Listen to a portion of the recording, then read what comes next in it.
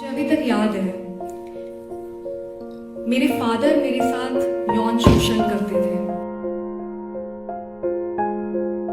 जब वो घर में आते थे तो मुझे बहुत डर लगता था। मुझे अभी तक याद है कितनी रातें मैंने बिस्तर के नीचे बिताई हैं। मुझे अभी तक याद है,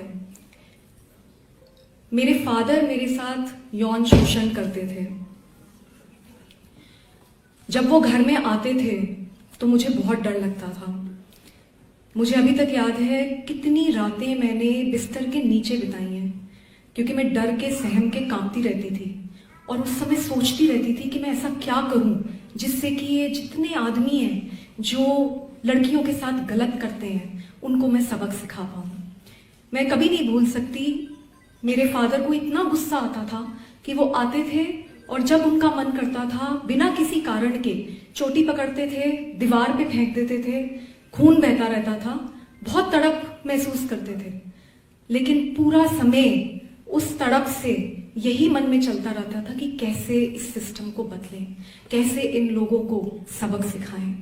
अगर मेरी जिंदगी में मेरी माँ, मेरी मासी, मेरे मौसा जी और सबसे इम्पॉर्टेंट अगर मेरे नानी नाना नहीं होते तो मुझे नहीं लगता कि मैं इस चाइल्डहुड ट्रॉमा से कभी भी उभर पाती और कभी भी आज आप लोगों के बीच में खड़े होकर इतने बड़े बड़े काम मैं कर पाती।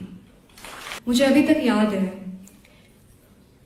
मेरे फादर मेरे साथ यौन शोषण करते थे। जब वो घर में आते थे तो मुझे बहुत डर लगता था। मुझे अभी तक याद है कितनी रातें मैंने बिस्तर के नीचे बिताई हैं, क्योंकि मैं डर के सहम के कांपती रहती थी और उस समय सोचती रहती थी कि मैं ऐसा क्या करूं जिससे कि ये जितने आदमी हैं जो लड़कियों के साथ गलत करते हैं उनको मैं सबक सिखा पाऊं।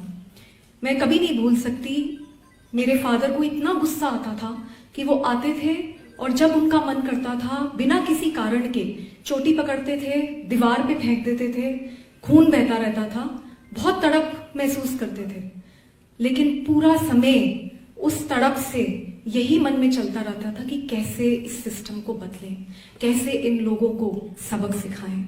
अगर मेरी जिंदगी में मेरी माँ, मेरी मासी, मेरे मौसा जी और सबसे इम्पॉर्टेंट अगर मेरे नानी नाना नहीं होते तो मुझे नहीं लगता कि मैं इस चाइल्डहुड ट्रॉमा से कभी भी उभर पाती और कभी भी आज आप लोगों के बीच में खड़े होकर इतने बड़े बड़े काम मैं कर पाती।